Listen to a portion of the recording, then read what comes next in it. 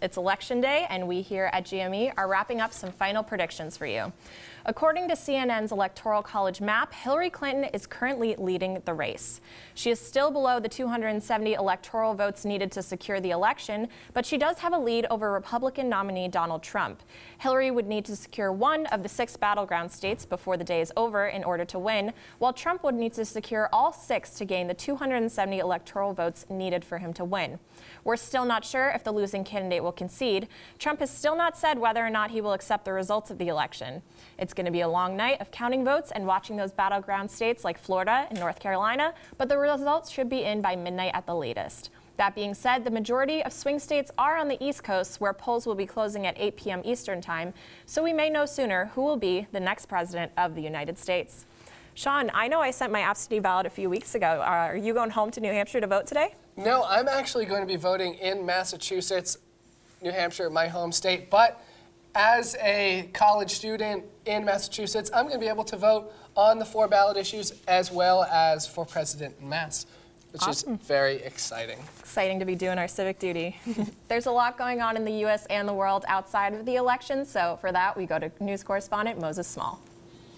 Thanks, John and Claire. There's a lot of news this morning, and here are the day's developing stories. Hillary Clinton's emails are back in the news with information that could sway voters on Election Day. FBI Director James Comey had a second investigation into Clinton's emails and said that she won't face any additional charges for them. This second investigation started after the FBI looked into former Congressman Anthony Weiner. Weiner previously shared a computer with Clinton aide Uma Abedin, but no new information was found by the FBI. The Trump campaign argues that the investigation was mishandled, but this probe is closed in what could be the last we hear of Hillary Clinton's emails before we elect a new president. And the next story, there was a shock at a Trump campaign rally on Saturday.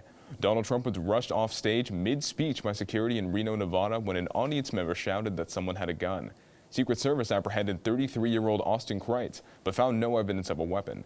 Kreitz was instead found with a sign saying Republicans against Trump. Upon hearing of a gun scare, Kreitz claims that audience members jumped on him and that he was scared for his life. He was accused of being planted by the Clinton campaign, but denied this. Kreitz identifies as Republican, but in a recent interview commented that he'll be voting for Clinton on Election Day. Stella Figueredo, an immigration lawyer who owes $1 million restitution to victims of fraud, was found working in Boston. In 2010, the state of New York shut down Figueredo's nonprofit, the American Immigrants Federation, for making false promises of green cards and citizenship to immigrants. She never provided the services and left the state after paying only a fraction of what she owed to her victims. This weekend, Figueredo was found working in her daughter's law office in Boston and still owes $1 million. Now that she's been found working under a different name than she did in New York, officials in both states are looking to ensure that she pays back everyone who has promised false immigration services. Sexual assault is a huge issue on any college campus, and Northeastern University is in the middle of a lawsuit from a student. Morgan Helfman was assaulted in 2013 and claims that the school mishandled her case. According to the lawsuit, the student who assaulted Helfman was found by the school not to have violated the code of conduct and even remained living in Helfman's dorm. She commented on this. Let's take a look.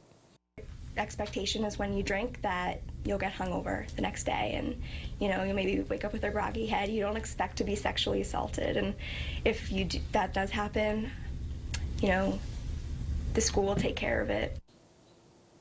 Helfman has a goal of reducing sexual assaults on campus, and this story will develop as the lawsuit continues.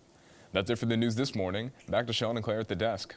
Moses, where sexual assault is such an issue on college campuses, what is Emerson doing to prevent issues like this from happening on their own campus? Well, as a school, Emerson is pretty fortunate. We have violence prevention and response. We have Emerson Snaps Back, and just a lot of programs to make sure there's awareness and support for all the students here. All right, thank you so much, Moses. And now for today's weather update. Today will be the nicest day that we will see all week with a high of 60 and a low of 45. So it won't be too bad if you have to wait outside before heading to the polls. As for tomorrow, expect similar temps, but with rain in the afternoon, there will be a high of 57 and a low of 58 for the day. It will stay nice for the next few days, however, with highs staying in the mid-60s. Claire, this past week we turned back the clocks. Has this messed up your daily schedule? Hasn't messed with it too bad, Sean, but I was really grateful for that extra hour to sleep on Sunday. I was pleasantly surprised. I had set my alarm to wake up at 9:30 and woke up at 8 thinking, oh, this is strange. Why am I fully awake? But That's just what happened. Well, we have to take a quick commercial break, but when we return, I'll be sitting down with Beau Salant of the Emerson College Polling Society to discuss their most recent poll. And later we'll be sitting down at Roundtable to debate the Massachusetts ballot questions.